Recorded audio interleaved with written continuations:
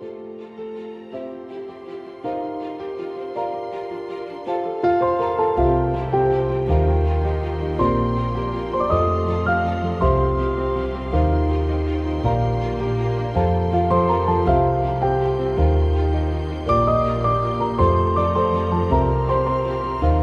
gang, Sam Ward here, and we are talking about why we do things, or what takes us from one degree of glory to another degree of glory. I've always loved the verse in 2 Corinthians where Paul tells the Corinthians, and we all with unveiled face, beholding the glory of the Lord, are being transformed into the same image as Jesus, from one degree of glory to another.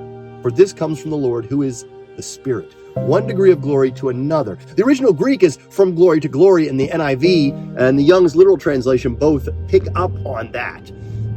But here's some things that I find interesting. First, I think what Paul is telling us is that it's small changes over time where we're going to most likely become like Jesus. We have a tendency to want a fast, easy button, but then many times that's not how it works. It's over time we are being transformed from glory to glory. And what I'm seeing right now in culture is a lot of these things like, astrology, palm reading. I'm suddenly seeing a lot of that, and it's always been there, but suddenly there's a renewed interest in that. I see mindfulness apps all over the place, and I don't think meditation or being silent is necessarily a bad thing, but it's everywhere. It's not necessarily Buddhist, but it's not necessarily Christian. It's just this mindfulness thing. I'm also seeing drug use, psychedelic mushrooms, all that kind of stuff. Suddenly you see a lot of that kind of stuff in popular culture, marijuana, all these things that, are help people say unlock a new perspective, help them see the spiritual. There's a tendency for us to want flashy things and to become a different person instantly. But I wonder if that's how it works. Over 10 years ago, Willow Creek, a lot of people have opinions about Willow Creek. They did a big study called Reveal. And in it, they tried to figure out what brings about life change. And they had all these flashy programs. They evaluated them and they asked a bunch of questions. And what they found was the things that brought about most life change were Bible reading and study, prayer, spiritual friendships or spiritual mentors, attending regular worship services, and other kinds of spiritual disciplines. Over time, it was a big deal for a while, and then people didn't talk about it much because, I don't know, I think it's because it was hard to market, honest. It wasn't flashy, it wasn't exciting. But around that same time, over 10 years ago, we decided to do something called spiritual direction. And if you're a part of our ministry, you know what I'm talking about.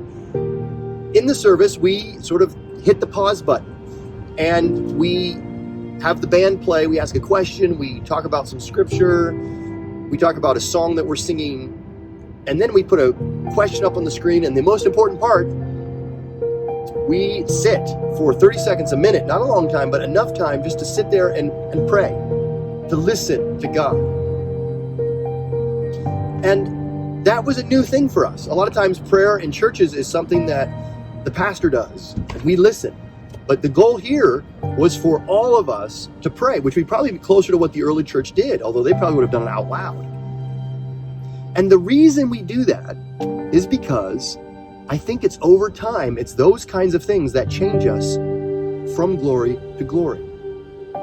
Maybe you can think of a sermon or a song that just radically changed your life and you've never been the same. That's true maybe for some of us, but that's not normal. Like, that's not normally how that life change happens. It's over time, a practice of reading the Bible, meditating on it, praying, being with God's people who will sharpen you. And so that is why we do this thing called spiritual direction, because we believe that over time, if we're faithful, the Spirit of God will change us from one degree of glory to another degree of glory, from another degree of glory to another degree of glory, to become more like His Son.